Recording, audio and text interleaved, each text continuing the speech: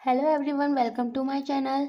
आज हम देखेंगे चैप्टर थर्ड के न्यूमेरिकल्स करंट इलेक्ट्रिसिटी, जो कि फिजिक्स का चैप्टर है और बच्चों को बहुत ही भारी इसके न्यूमेरिकल्स लगते हैं। तो मैं आज आपको इस वीडियो में बिल्कुल इजीली कैसे सॉल्व करते हैं, आपको इस वीडियो को देख के कोई प्रॉब्लम नहीं आएगी न्यूमेरिकल में। बच्चों को लगता है बहुत ही भारी है ये न्यूमेरिकल, बस ऐसा कुछ नहीं है। अगर आपको पता हो कि इसको सॉल्व कैसे करते हैं तो आप इजीली इसको सॉल्व कर सकते हो। तो सबसे पहला क्वेश्चन है, the storage battery of a car has an EMF of 12V, मतलब volt. If the internal resistance of the battery is 0.4 ohm, what is the maximum current that can be drawn from the battery? First of all हमें क्या करना है, इस question को देख के हमें देखना है कि हमें गिवन क्या क्या चीजें है, क्या निकालना है, गिवन क्या क्या है। तो देखो, एक हमें क्या है, ईएमएफ दे रखा है। क्या दे रखा है?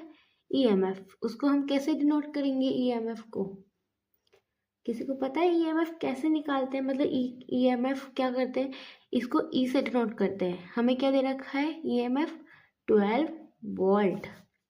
इंटरनल रेजिस्टेंस को स्मॉल आर से डिनोट करते हैं और ये हमें कितनी दे रखी है, 0.4 ओम। ठीक है, और हमें क्या निकालना है, करंट निकालना है। क्या आपको ऐसा फॉर्मूला याद है जिसमें ई, आर और आई तीनों आते हैं? तो सबसे पहले आपको ये न्यूमेरिकल करने के लिए आपको क्या चाहिए कि आपको फॉर्मूलाज चाहिए। तो आप फॉर्मूलाज कहाँ से देखोगे? मेरी इस वीडियो पे फॉर्मूले की वीडियो अपलोड है, आप उसको जाकर देख सकते हो। उसमें सारे फॉर्मूलाज लिखे हैं जो कि इसमें न्यूमेरिकल में यूज़ होंगे। तो उस वीडियो को ध्यान से देखना और सारे जितने भी फॉर्मूलाज है उसको अपनी नोटबुक में राइट डाउन कर लेना। ठीक है, अब ये ई आर आई एक फॉर्मूले में आता है। कौन सा होता है? E equals to V plus I R. यहाँ पे माइनस भी होता है, बट यहाँ पे हमारे पास बैटरी है। ठीक है, अगर बैटरी डिस्चार्ज होती है तो उसमें माइनस का साइन लगाते हैं। अभी ये चार्जिंग है तो इसमें प्लस का साइन लगाया है। ठीक है, अब इसको वी को क्या लिखेंगे? आपने फॉर्मूला रखा है V equals to I R, है ना। तो इसमें यहाँ पे क्या लिख देंगे, I R plus I R, यही तो हुआ। अब यहाँ से देखो, दोनों तरफ क्या है, आई कॉमन है तो आई को बाहर लिखेंगे और आर प्लस आर। अब हमें यहाँ से क्या निकालना है, आई निकालना है। तो आई का फॉर्मूला हमारे पास क्या आएगा, E upon R plus R. ठीक है, अब इस क्वेश्चन को सॉल्व करते हैं कि कैसे सॉल्व होएगा। इसको सॉल्व करना बहुत ही इजी है, ज़्यादा कोई टफ नहीं है, ये क्वेश्चन बहुत इजी है। तो देखो यहाँ पे क्या दे रखा है, आप देखो यहाँ पे मैक्सिमम करंट। मैक्सिमम करंट की एक कंडीशन होती है। क्या कंडीशन होती है मैक्सिमम करंट की? जब भी आपके पास कोई मैक्सिमम करंट दे रखा होगा तो उसके लिए जो रेजिस्टेंस होती है वो क्या होती है, ज़ीरो होती है। क्या होती है? ज़ीरो होती है। तो इसीलिए हमारा आंसर कैसा आएगा, आई इक्वल्स टू ई, इसमें पुट कर रही हूँ मैं ये वाले फॉर्मूले में, आर प्लस आर। अब ई की वैल्यू देखो क्या है, 12। ये कैपिटल आर की वैल्यू क्या है, 0, प्लस स्मॉल आर की वैल्यू क्या है, 0.4, है ना। अब यहाँ से क्या आएगा, 1 2 और यहाँ पे 4। ये जब पॉइंट हटाऊंगी तो मैं ऊपर 0 चला जाएगा upon 4।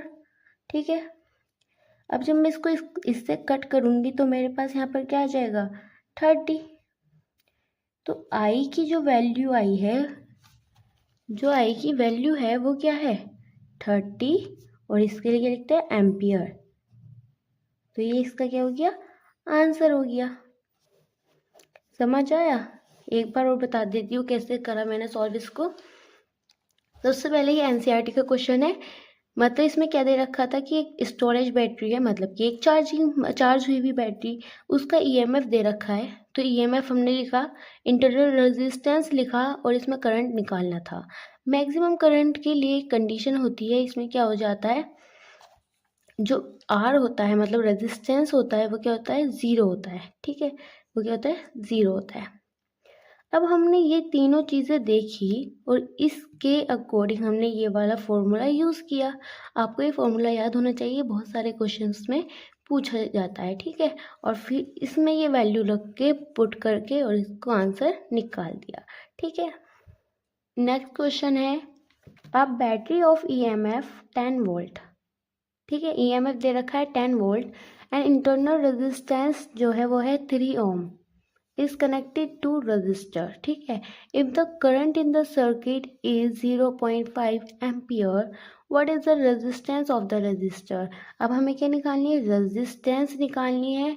what is the terminal voltage of the battery when the circuit is closed? तो इसमें दो चीज़ें पूछी गई है, एक रेजिस्टेंस पूछी गई है और एक टर्मिनल वोल्टेज पूछा गया है। तो पहले रेजिस्टेंस वाला करते हैं। सबसे पहले हमें गिवन क्या क्या चीज़ें हैं हमें वो लिखना है। तो यहाँ पे गिवन क्या क्या है वो लिखना है। तो देखो हमें EMF दे रखा है, मतलब E दे रखा है, कितना है 10 वोल्ट। इंटरनल रेजिस्टेंस मतलब कि R दे रखा है जो कि क्या है 3, और यहाँ पर हमें करंट भी गिवन है 0.5 एम्पियर। ओके, हमने ये अभी एक फॉर्मूला पढ़ा था जिसमें ये तीनों चीज़ थी, ठीक है। वो फॉर्मूला क्या था, ये वाला फॉर्मूला था, इसमें पुट कर देंगे। मैं डायरेक्ट पुट कर रही हूँ, देखो यहाँ पे सबसे पहले I इक्वल्स टू ER+R। हमें क्या निकालना है यहाँ पे देखो क्या दे रखा है, रेजिस्टेंस ऑफ द रजिस्टर, ठीक है। रेजिस्टेंस ऑफ द रजिस्टर हमें फाइंड करना है, तो हमें क्या निकालना है, ये वाला R निकालना है। तो इस R को कैसे लिखें, तो देखो यहाँ पे कैसे लिख सकते हैं इसको, ये जो है I है ना, ये I है यहाँ पर, और ये अपॉन में क्या चला जाएगा। देखो इसको आप कैसे कर सकते हो, इसको बहुत ईजिली आप कर सकते हो। यहाँ पे 1/R+R आ जाएगा और यहाँ पे I/E आ जाएगा। तो इसको क्या करोगे, देखो I/E, यहाँ से ये चीज़ आ गई तो यहाँ पे क्या बचा, 1 बचा होगा, 1R+R। अब इसको आप रिवर्स करके लिख सकते हो। देखो इसको ऐसा करके रेसिप्रोकल कर दो, इसको भी रेसिप्रोकल कर दो, E/I इक्वल R+R, ठीक है। अब यहाँ से इसको ऐसे ही सॉल्व कर लो, पहले इसको ऐसे ही सॉल्व कर लो। देखो E की वैल्यू क्या है 10, इसकी E की वैल्यू क्या है 10, और I की वैल्यू क्या है 0.5 इक्वल R+R, है ना, ऐसी है ना। अब ये वाला पॉइंट हटा, यहाँ पे क्या आ जाएगा 10, 5 2 ज़ा 10 और 10 2 ज़ा 20, 20 इक्वल्स टू R+R, ऐसे ही आया। फिर 20 और R तो हमें निकालना है, इस R की वैल्यू क्या दे रखी है, देखो ज़रा 3 दे रखी है। अब ये 3 यहाँ से इधर जाएगा तो क्या आ जाएगा 20 - 3, तो क्या आ जाएगा 17। तो यहाँ पे R की वैल्यू क्या आई है 17 ओम आई है, ठीक है।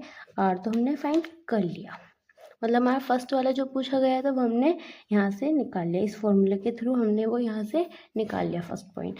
अब इसमें सेकंड चीज़ क्या दे रखी है, what is the terminal voltage of the battery when the circuit is closed. अब जब सर्किट क्लोज्ड है तो इसमें टर्मिनल वोल्टेज क्या होगा, तो हमें क्या निकालना है, V निकालना है, ठीक है। हमने एक फॉर्मूला पढ़ा था E=V+IR, है ना, ये फॉर्मूला था जब क्या है क्लोज्ड है। तो यहाँ से हम इजीली इसको फाइंड कर सकते हैं। वैल्यू को पुट करो और इसको V को निकाल दो। V यहाँ पे टर्मिनल वोल्टेज है, E की वैल्यू आपको पता ही है क्या है, बताओ जल्दी। E की वैल्यू 10 वोल्ट, और ये माइनस में इधर ले आऊँ, ला सकती हूँ ना, ये -IR इधर लगा सकती हूँ, जैसे E-IR इक्वल्स टू V। तो ये माइनस लिया मैंने और I की वैल्यू मेरे पास है, I की वैल्यू मेरे पास क्या है, I की वैल्यू 0.5 थी, इंटू अभी ये तो मैंने रेजिस्टेंस निकाल दी, इंटरनल रेजिस्टेंस है इसमें V इक्वल्स टू IR में। तो इंटरनल रेजिस्टेंस हमारी क्या थी 3 थी, तो 3, और यहाँ पे क्या निकल जाएगा V निकल जाएगा। अब देखो इन दोनों को क्या कर दो, मल्टीप्लाई कर दो। 5 3 सा 15 मतलब 1.5 और 10 माइनस 1.5 इस तरीके से आपके पास आएगा। जब आप इसमें से इसको माइनस करोगे है ना, तो क्या आएगा आपके पास, जल्दी बताओ मुझे आंसर। v इक्वल्स टू, देखो इसको कैसे सॉल्व करते हैं, 1.5 यहाँ पर आ जाएगा 0, यहाँ पर आ जाएगा 9, यहाँ पर आ जाएगा 10, 10 में 5 गया 5, 9 में से 1 गया 8, 8.5। तो ये इसकी टर्मिनल वोल्टेज आ जाएगी। तो यहाँ पे रेजिस्टेंस पूछी गई थी, टर्मिनल वोल्टेज पूछी गई थी, हमने दोनों चीज़ फाइंड कर दी है। नेक्स्ट क्वेश्चन है, a negligibly small current is pass through a wire of length 15 metre. एक लेंथ है, मतलब कि एक वायर है 15 मीटर की, उससे करंट पास हो रहा है, ठीक है। और उसका जो यूनिफॉर्म क्रॉस सेक्शन, मतलब उसका जो एरिया है वो ये है, गिवन है एरिया भी, and is resistance measure to be 5 ohm. ये क्या है, इसकी रेजिस्टेंस है। तो हमें क्या निकालनी है, what is the resistivity of the material at the temperature of the experiment. तो हमें क्या निकालना है, रेजिस्टिविटी निकालनी है। तो हम इसको इजीली निकाल सकते हैं। तो सबसे पहले हमें क्या करना है, गिवन थिंग्स लिखनी है। क्या लिखनी है, गिवन क्या क्या है। तो यहाँ पे एल गिवन है, ए गिवन है और आर गिवन है। और हमें क्या फाइंड करना है, रेजिस्टिविटी फाइंड करनी है।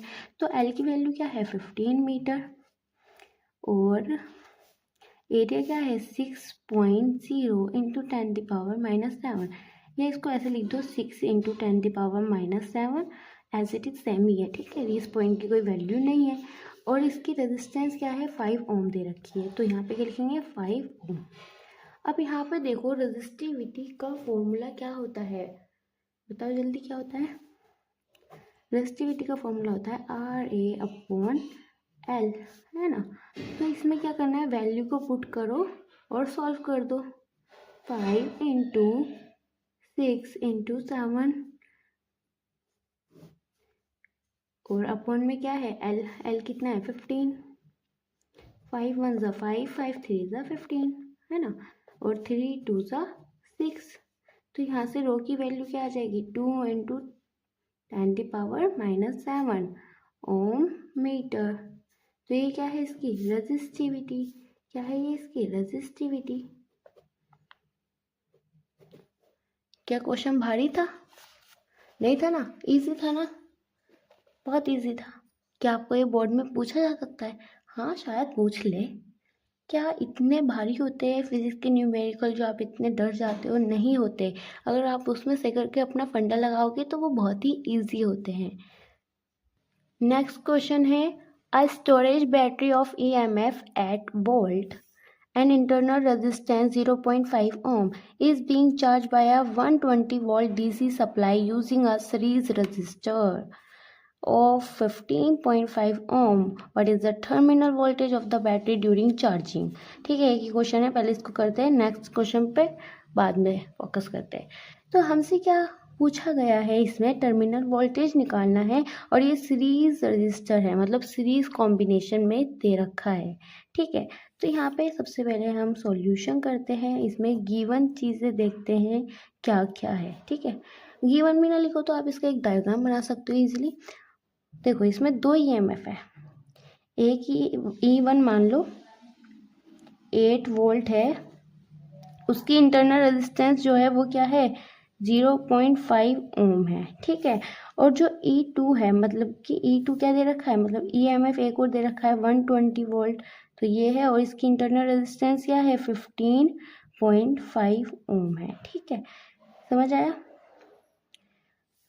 चार्ज पाया 120 एंड सीरीज रजिस्टर्स, इसको या तो कैपिटल आर मान सकते हो आप, एक को, है ना, कैपिटल आर। फिर यहाँ पे क्या दे रखा है, E1 E2 दे रखा है। देखो इसका मैं अगर वो बनाऊंगी इसका डायग्राम, तो ये कैसे बनेगा, इस तरीके से मैंने एक ये बनाया, और यहाँ पे हमारे एक और EMF दे रखी है, 2 रेजिस्टेंस दे रखे हैं। सपोज करो ये मेरे पास 8 वोल्ट का है, तो इसके पास 0.5 ओम का रेजिस्टेंस है, और ये 120 वोल्ट का है जिसके पास कितना रेजिस्टेंस है, 15.5 ओम का रेजिस्टेंस है, ठीक है। अब यहाँ पे क्या होता है,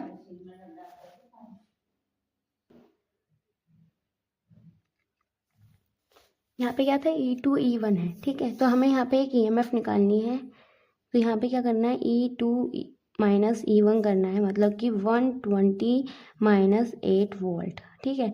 अब इसमें से करेंगे तो 112 वोल्ट आएगा, ठीक है। अब हमें क्या फाइंड करना है, हमें यहाँ पे वोल्टेज फाइंड करनी है। What is the terminal voltage of the battery during charging होते हुए इसकी टर्मिनल वोल्टेज क्या है। तो टर्मिनल वोल्टेज कैसे निकालेंगे चार्जिंग होते हुए, तो E equals to V plus I R, क्या ये फॉर्मूला यूज़ कर सकते हैं हम, बताओ। क्या हमारे पास आई है यहाँ पर, नहीं है, आई तो नहीं है, तो हम इसको, आई नहीं है हमारे पास, तो हमें सबसे पहले क्या करना है, आई फाइंड करना है कि नहीं करना है। तो आई फाइंड करने के लिए हम कौन सा फॉर्मूला यूज़ करेंगे, E equals to E R plus R को यूज़ करेंगे। आई यहाँ से फाइंड हो जाएगा 112 ई की जगह आर, मतलब कि 15.5 प्लस 0.5, यहाँ से हम आई फाइंड कर सकते हैं, ठीक है। अब यहाँ पे क्या है 112, और इसको जब आप सॉल्व करोगे तो यहाँ पे क्या आ जाएगा 16 आ जाएगा, क्या आ जाएगा 16, और जब इसको कट करोगे तो ये 16 7 सा, ठीक है। तो यहाँ पे आई की वैल्यू क्या आ जाएगी 7 एम्पियर, आई की वैल्यू क्या आ जाएगी 7 एम्पियर, ठीक है। अब यहाँ पे क्या करना है, हमें टर्मिनल वोल्टेज निकालना है चार्जिंग होते हुए। तो ड्यूरिंग चार्जिंग, जब ये क्या होगा चार्ज होएगा, ड्यूरिंग चार्जिंग, तो इसकी टर्मिनल वोल्टेज हम इस फॉर्मूले से निकाल सकते हैं, V equals to E plus I R. तो हम ये टर्मिनल वोल्टेज हमें फाइंड करनी है, हमारे पास E क्या है, बताओ E क्या है हमारे पास 112, नहीं 112 नहीं लेंगे हम क्या लेंगे, क्योंकि वो चार्ज हो रहा है, तो हमारे पास देखो, हम ये वाला अगर 8 वोल्ट लेंगे तो R भी क्या लेंगे, स्मॉल r लेंगे 0.5 वाला है ना, और 120 वाला लेंगे तो 15.5 लेंगे। तो यहाँ पे हम क्या लेंगे 8, क्या लेंगे 8 प्लस आई की वैल्यू क्या है 7 इंटू आर की वैल्यू क्या है 0.5, यहाँ से हम इजीली निकाल सकते हैं।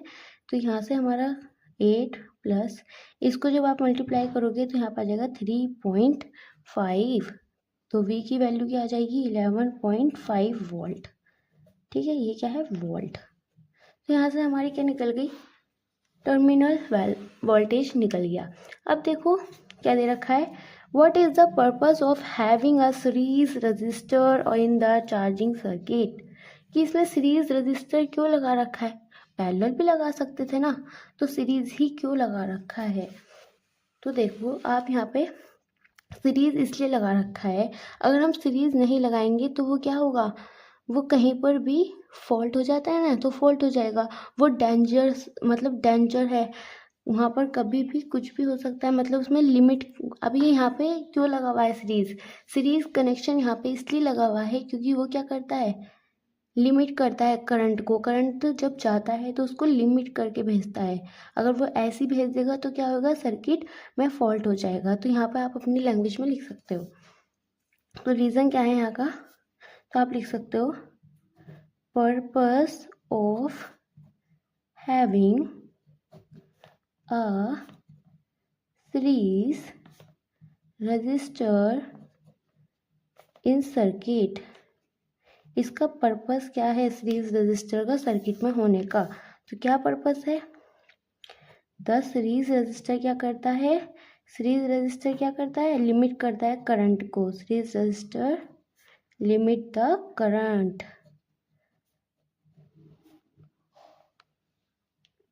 Drawn from the external source, जब वो क्या निकलता है बाहर निकलता है, drawn from the external source,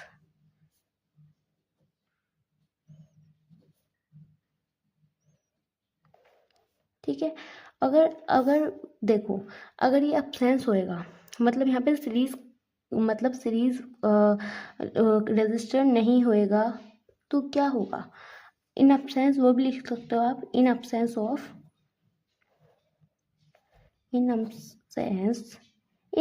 of the series register the current जो करंट होगा, the current will be dangerously high. क्या हो जाएगा? हाई हो जाएगा। ठीक है, तो आपसे जब भी कोई पूछेगा कि आखिरकार पर्पस क्या है सीरीज लगाने का, है ना, सीरीज कॉम्बिनेशन क्यों लगाते हैं, क्योंकि उसको करंट को लिमिट में रखने के लिए क्या करते हैं, सीरीज कनेक्शन लगाते हैं। ठीक, अगर हम उसको नहीं लगाएंगे, in absence of series resistance नहीं लगाएंगे, तो क्या होगा, जो करंट होगा वो क्या कर सकता है, करंट की वजह से फॉल्ट हो सकता है सर्किट के अंदर, और वो बहुत ज़्यादा बढ़ जाएगा, तो वहाँ पर क्या हो जाएगा, फॉल्ट हो जाएगा। ठीक है, इसलिए उसको सीरीज लगाते हैं। और ये क्वेश्चन में, ये प्रीवियस ईयर क्वेश्चन है, तो इस क्वेश्चन को इम्पोर्टेंट मार्क कर लेना। ठीक है, क्या करो, सब्सक्राइब करो चैनल को, जिससे कि आपको न्यू वीडियोस के अपडेट्स मिलते रहें। तो मिलते हैं नेक्स्ट वीडियो में। Take care, bye bye.